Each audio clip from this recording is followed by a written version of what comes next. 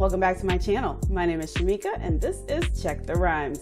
I am so excited about today's show because joining me is an old friend.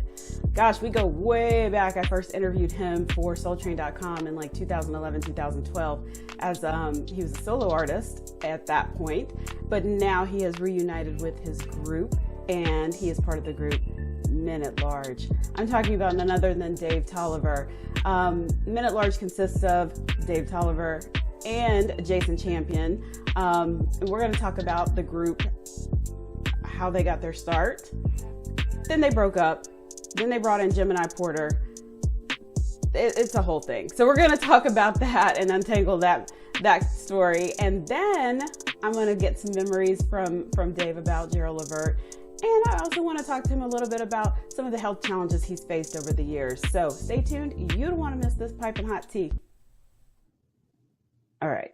Joining me today, I have the Dave Tolliver joining me, and you guys know him from Men at Large. Hey, Dave, welcome to Check the Rhymes. How are you?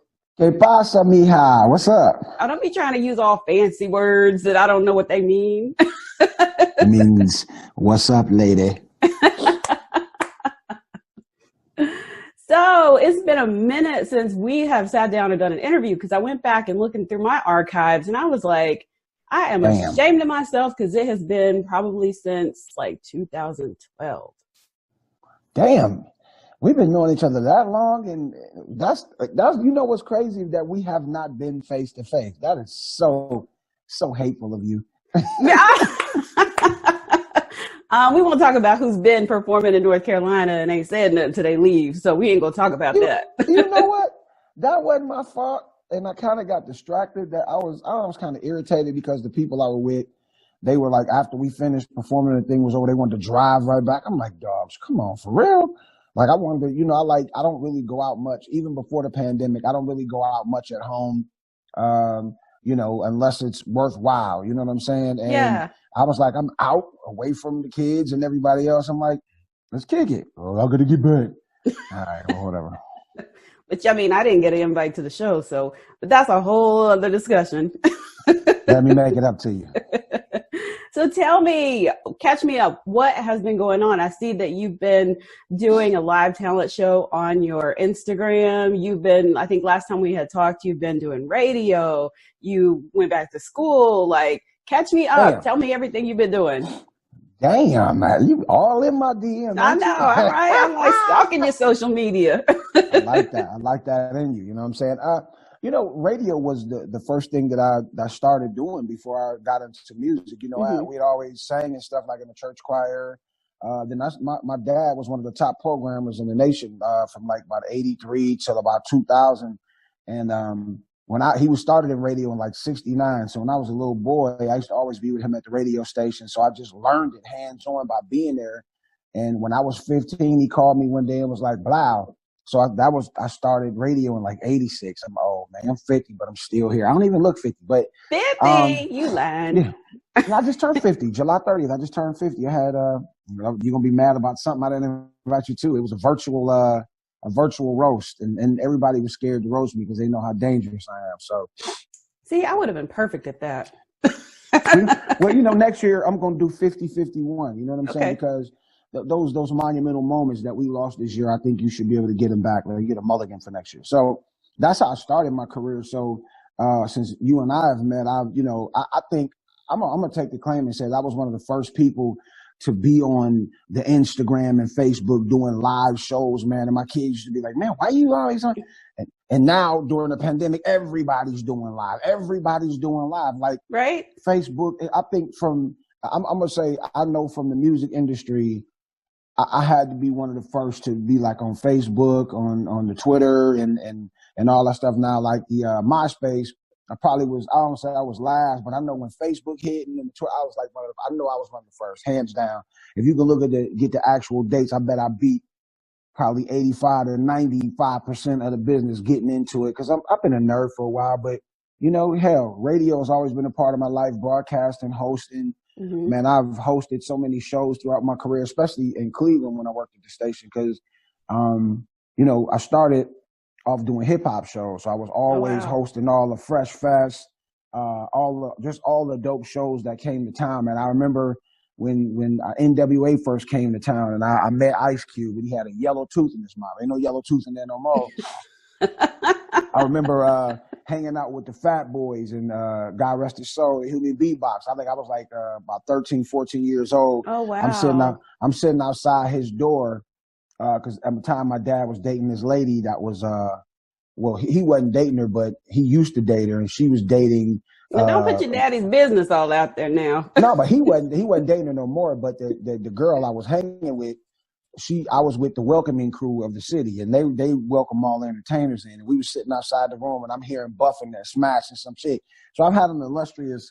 I've done some. Oh, Buff. I'm like, yo, he in there killing it.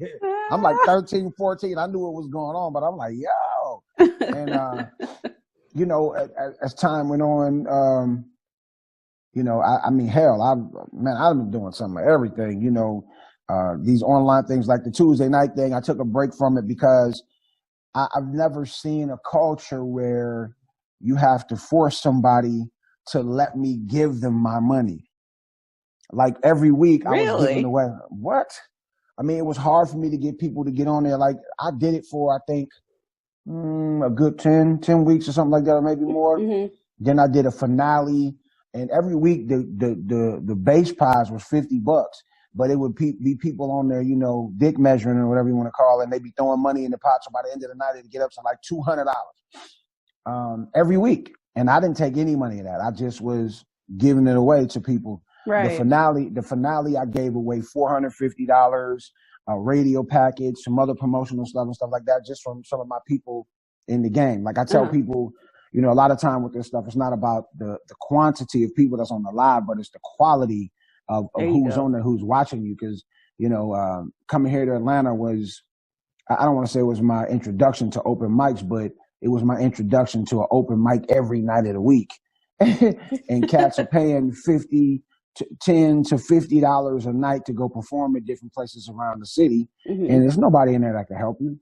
Right. So on my live, you never know who's going to stop through. I mean, everybody's been through on my live, from Al B. Shore to Lee to some record executives. I popped in. I don't even think you said nothing when I popped in. I did. If I saw your name come up, you know, I got all moist and stuff. But now I've done some of everything. In every interview that I do, I remember some stuff. Like the other day, somebody called me and was like, man, who called me and told me they saw me in some movie? My dad, my biological dad. He said, yeah, man, your Aunt Rob said she saw you in some movie on Tubi. I said, oh, Tubi. And I was like, I'm in 2 movies on Tubi.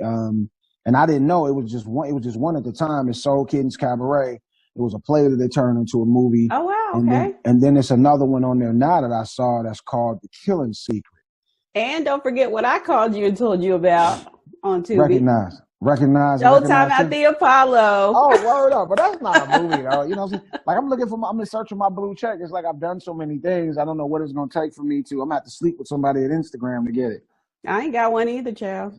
It's different. You know what I'm saying? But you should have it, though. I mean, you worked for a verified site. So a lot of them. I got cover stories. They told me to get on somewhere. Yeah, and I've been turned down like 3 times. I'm like, who I got to sleep with up there? You know what I mean? I have 4 blue checks if I do that. I have enough to pass around. So how's your health? You know, like I want to do a wellness check with folks. So how's your health?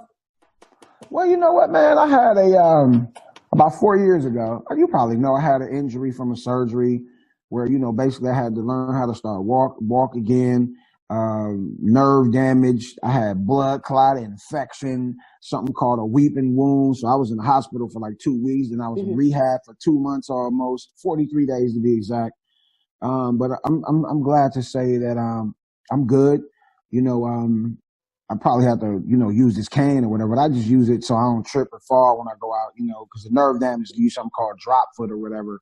Yep. So, like, you know, that shit's like at any given moment, my foot, if I get lazy with lifting my leg up, boom. And I can relate. I don't know, you may not remember, but like I had a surgery in 2013 and I walked with a cane for 2 years. And I had to literally fight my way back because I was like, I will not be in my 30s with no cane. So and I'm trying to do that too. But I think they messed me up so bad, man. I'm trying not to go kill this man. Yeah, that's how I felt. I mean, I can't wear heels and it hurt my heart and I gave them all away, but I'm good. I'm like, you know what? I'm still cute. Yeah, and you fight through it, man. I also suffer from depression, not the type of depression where you have to take pills and stuff, but I do suffer from Yeah. depression, man. I've seen in the last 4 or 5 years, man, I've seen so many people leave this earth. I was telling my family the other day, man, I got to find me some new friends, and not because they full of garbage, but because they all dying. Right. From right before we started recording to hell, about a month and a half ago, I just keep losing people, man, and I look at the blessing as well as the hurt. I look at the blessing that, for some reason my life has been spared a couple times. Mm-hmm. And, and how you fight through that stuff is you have to surround yourself with people that not want to baby you or coddle you or pity you, but those that will say like, man, get your big ass up and go do what you need to do, but still compassionate enough to understand when you can't make it. But as long as you fighting and they pushing you, that's the type of people you need around. And sometimes you have to clear your family. You got to get away from your family too. I go through that a little bit here.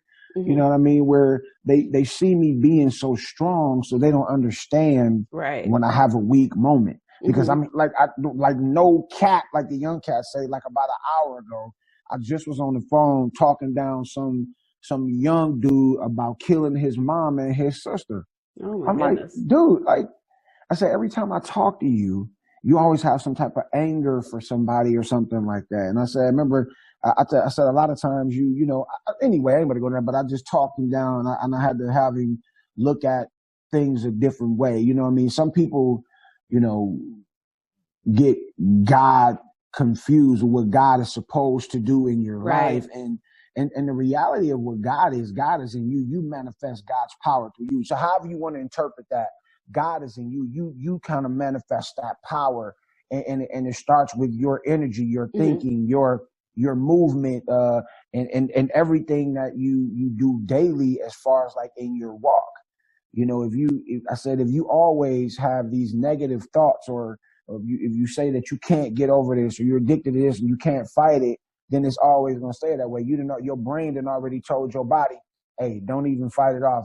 Keep craving it. And that's real. Right. And that's real. People think that's a joke. Like my kids think that shit's a joke, and it's not a joke, especially my younger daughter, because she's seen so much I guess loss at an early age with our relatives and different stuff like that. And a lot of times, sometimes it won't be from that. It just all of a sudden, and it's like her belief and different stuff like that and her thought pattern. I'm like, Mom. And she had a crazy dream this morning. And I said, and she said, Dad, my arm still hurts from the dream. She was talking about something that happened in the dream. And she said, it still hurts. And I said, that's because you keep thinking about it. Yep. I said, as soon as you let it go, the pain will disseminate from your body. It'll go away. Yep. Amen.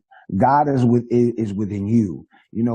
God is not here to snap his fingers and make you rich and this, that, and the third. Sometimes the hand and the cards that you're dealt are the cards that you have to deal. Now, if you get a chance to draw from the deck, whatever comes from your choices, you have to either deal with the glory or the fallout of those choices.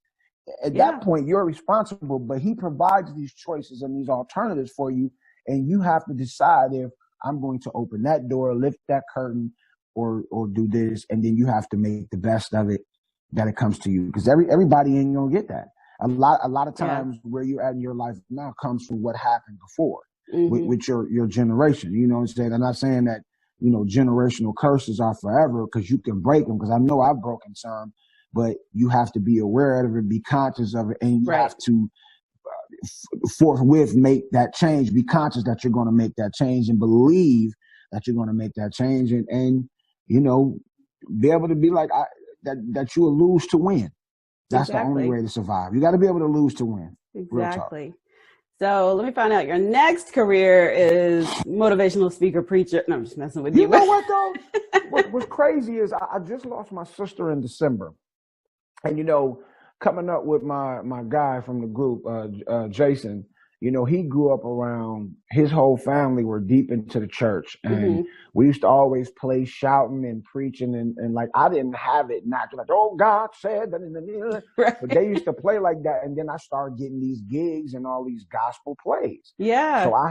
So when you a big dude, you're gonna either be the joke, you're gonna be the criminal, you're gonna be the thug. I said that, or you're gonna be the father, the grandfather, or the pastor. And I had to learn how to preach. You know what I'm saying? But I had some good training from my guys, because that's all we did was play on the road like that. And I had to I lost my sister in December, and I said nobody else could send her home but me. Right. And I watched that thing, even though it tears me up when I watch it. I watched that. I'm like, dude. But I just can't see me being in the pulpit. That's too much power. I'm strong enough to say that's too much power for a man like me, because not only do they lay their gifts at the feet of the throne, but they lay their gifts at your feet as well. And I can honestly say, I don't know if I'm strong enough to turn down all the gifts. Right. That I might get. Oh, Pastor, we love the sermon that you need it. You just a stop it. Let me dry your head up. Ooh, you just a wet. Ooh, so am I, Pastor. Come in. So silly. I'll be like, word, really like that? We're gonna fry me some chicken and come on back. Well, stop. So I'm going to jump into the questions some of the Twitter folks had for you, because this is a segment I like to do to give them a chance to ask questions and stuff like that. And so they wanted to know, one person wanted to know, like, working with Gerald Levert, like, how did he bring out the best in you, like, when you guys were in the studio? This is uncensored, right? Is it can we uncensored on here? You probably we are uncensored. This is my stuff. We are uncensored.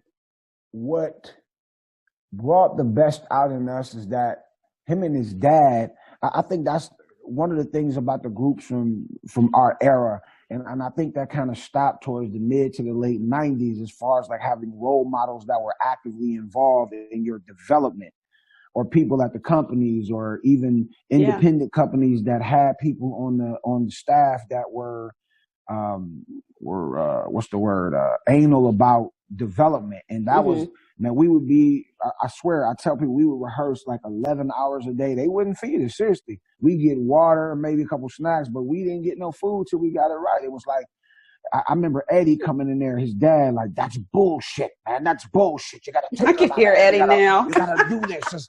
That's bullshit. And then, being in the studio, the nigga was like, time is money. Time is money. So if you go in there, and I don't know, for some reason, like, I was always nervous with this dude. And this was my mans in them. And it used to be like, bitch, what the fuck you doing? Get the fuck out of there. I used to be like, but then going forward, when my original guy left the group, the other guy that came, my guy Gemini, when he came to the group, he was kind of like, I don't know if he was kind of like I was, nervous, or just didn't have the prowess to, at that level, to make it work, because it took us too long. And I used to be like, bitch, what the fuck you doing? Get the fuck over here. And I would go, no snacks for you. Then nobody had ever talked to me like that. I'm like, and I was like, wow. But then afterwards, it was tough love. But then he was like, man, we know you can do this. Everybody knows you can do this, but you got to let the mic know you can do this. Yeah. And I've always taken that with me, because I don't care what you do in the clubs and whatever you're doing, wherever you go, when you get in that studio, and even if you're not with a guy as esteemed or as large as Gerald was, that microphone can become intimidating, especially when you get the opportunity to do things over and over again, and you messing up, you get frustrated and this, that, and the third. And I remember, being really frustrated, and even with this new project that we're doing, I like to put myself on a pedestal like I'm LeBron James. So, you know how. And you should put yourself on a pedestal. They say the difference, a lot of they have so many different differences and things they want to say about LeBron not being the GOAT and this, that, and the third. And like, I don't really care. I think it's like saying who's the best rapper of all time. They're different eras. I guess you would say maybe Jay-Z or Lil Wayne in the modern era, and then of the digital era was LL Cool J. But LL is still going too. So Right.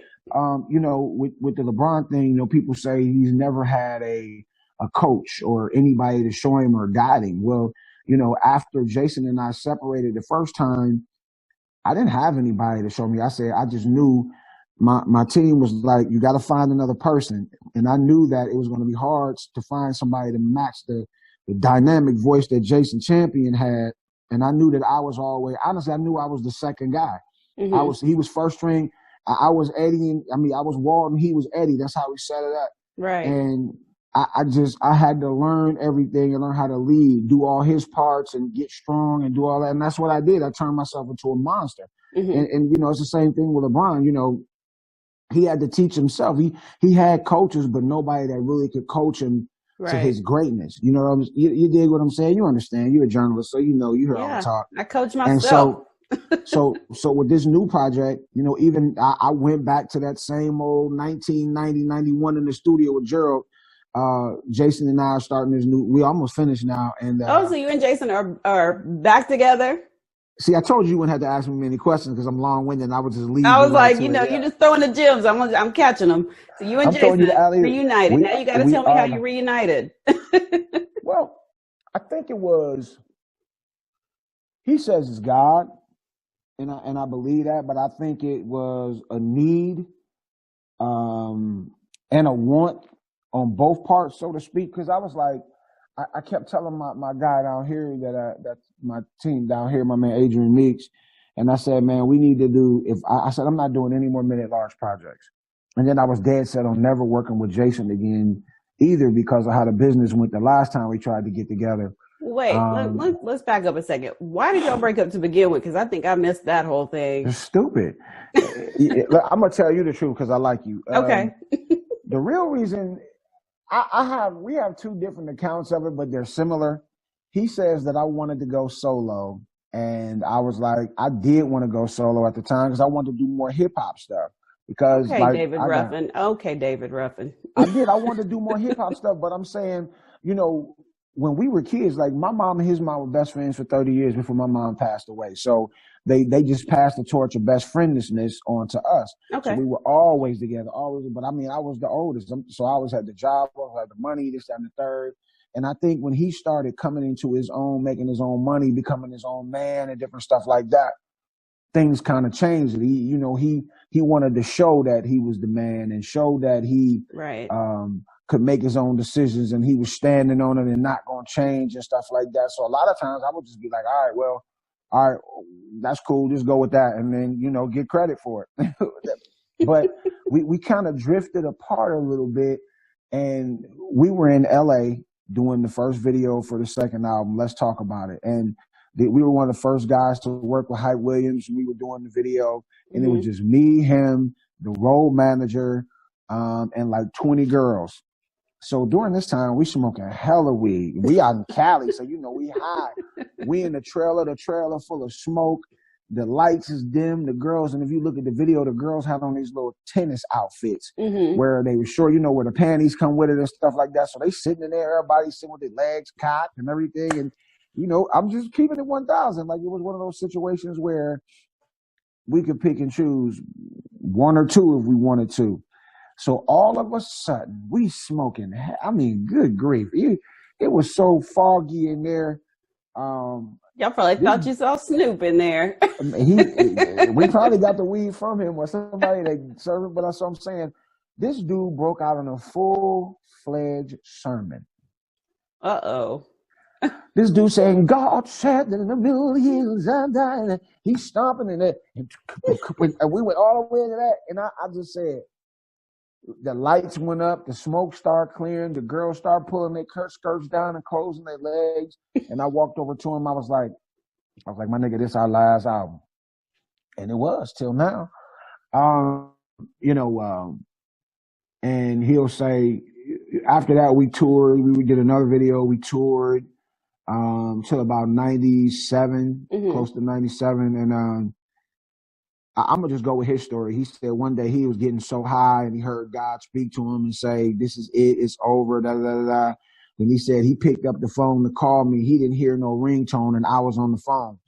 And he said I was telling him I didn't want to. He said he was great call to tell me he couldn't do it no more. And then I was on the phone telling him I wanted to go solo. I don't remember that. I kind of remember a call like that. I don't remember that, but I'm gonna just go with that one because it Yeah. sounds better. And I just know the finality of it came because I kind of was getting ready to move forth, and we had some concerts, a bunch of them in a weekend. Some that we had to fly out of the afternoon to go to the other one, and I think we had a dispute over who we were going to take on the road, and I was like, man, forget it. I'm going to just take Gemini. And that thus and therefore ended that. Well, Yeah. then it was something else that happened too that kind of kept us from being friends. And it was something stupid for all this time. And, you know, finally, I think we had maybe one performance together. The last time we really had a big performance was on Gerald's birthday in like 2000 and I don't know when it was, but it was probably almost 10 years ago, maybe. On 7/13. Then him and I, we would talk off and on, maybe hook up like barely ever. And then I tell him, he'd probably be able to tell you, it's been so much going on with me. I just, you know, as far as like losses, everything else, we decided to do a face-to-face on Facebook. Okay. And that's up for anybody to go look at. It's under my page. And we talked for like 3.5 hours. What? And yeah. And in public on the Facebook? Yeah. About 3.5 hours. And that was the defining moment. So we decided to get together, do this record. We were going to work with his brother, Jay Sean Champion, who has written for everybody from Charlie Wilson to R. Kelly, Usher, just everybody. And we decided, and that's why I'm going back to the vocal stuff. I said I was going to go back to just stripping myself for everything and letting him coach everything. Like, I'm like, every time I do something like that, looking back, is it right? No, I'll do it again. And when I tell you, I'm going to let you hear something. I'm going to send you some of it. Okay. When I tell you that it's incredible. You know, a lot of guys come back from their old times and they sound like they're stuck in a time warp. Man, we sound just like us, but we sound a whole lot better. But the music is competitive for any genre, old or young, just how we did it. And it's man, I'm not even tripping. It's a masterpiece, man. I remember after the first record we did, I went back to my hotel and just cried because I was like, wow, this is what I've been looking for. And what you know, I needed this. And this is, like I said, we got back together out of one need. So here, you know, he said, I just think this time, God, this is, you know, every time I say that, David, you know, this, that, and the third, God, I was like, a lot of times I'd be like, whatever. But we was in the studio. The last time we did a show was like on the 13th, on Gerald's birthday. That day we were in the studio was the 13th, the first song we did for his new project. And so he was talking about all the God stuff and different stuff like that. And he was like, at the end of the session, the engineer was like, hey, guys, I don't know if this is happened as a stranger or not, but the title of the track that the guy sent over is 7/13. Whoa. And I was like, wow. So, that sounds like Gerald, like, y'all better get this right. Yeah, he's like, if I ain't there to get it, y'all niggas better get it right now. So, man, it's incredible. I ain't gonna even lie. The music is incredible. When is it coming out, or do you have a date yet?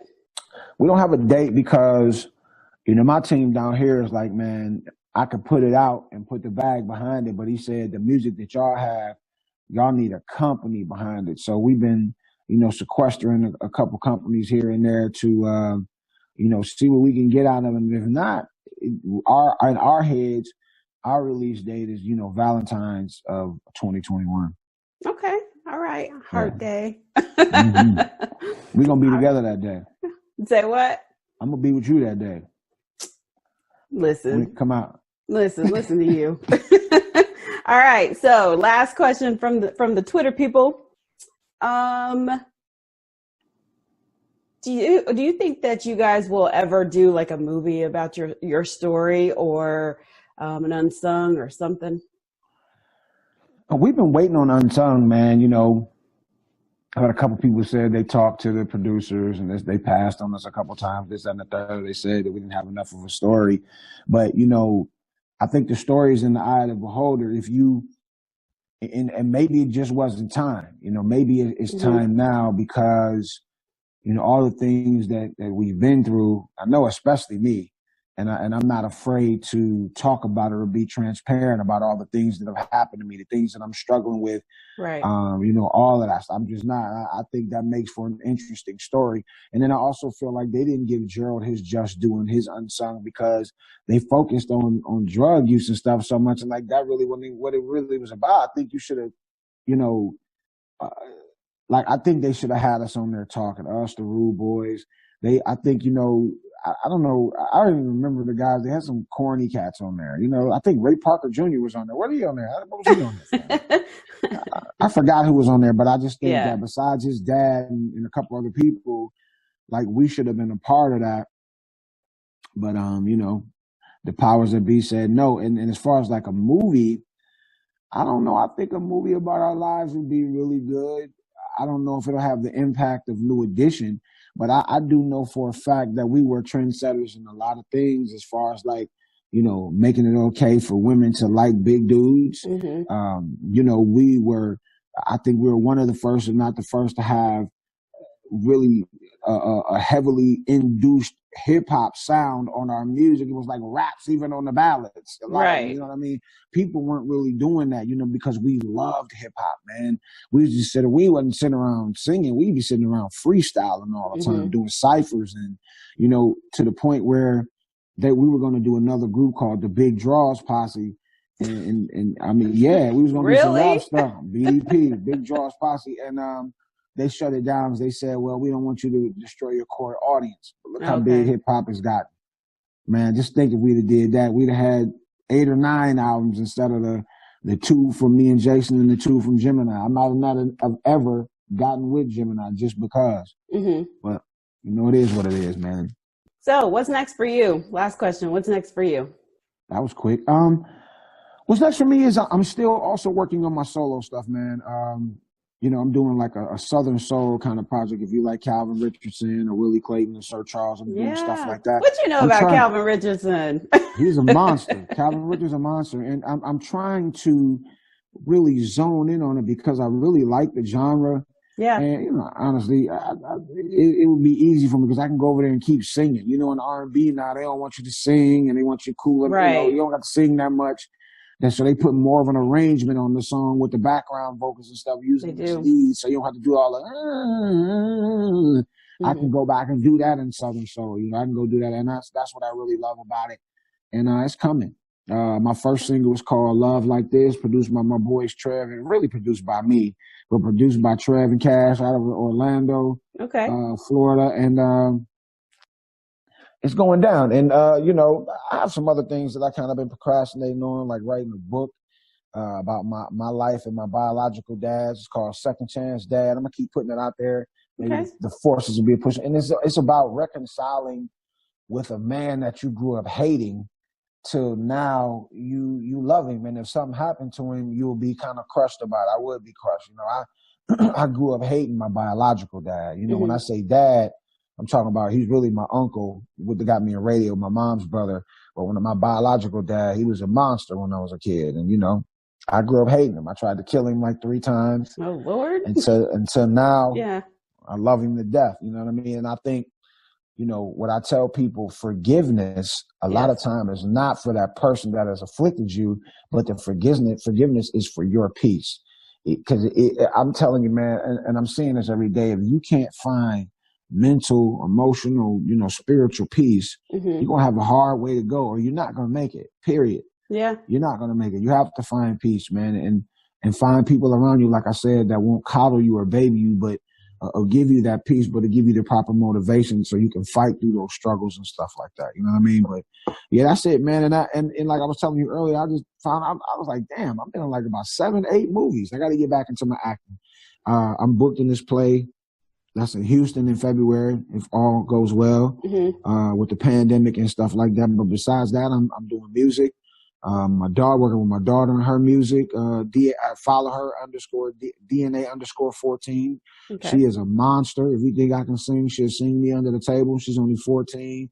I'm raising my nephew. He's living with me now. I mean, I'm being a man, the myth, the legend, the music, the movies, right? I mean, I'm here and I'm coming to Charlotte. And I forgot to mention that you, people can go back to the Mofo Chronicles blog and even see a piece that you wrote for me a few years ago. Man, that was a good piece too. Yeah. Send me that. I'll have to make sure I post that link somewhere so people can get to it.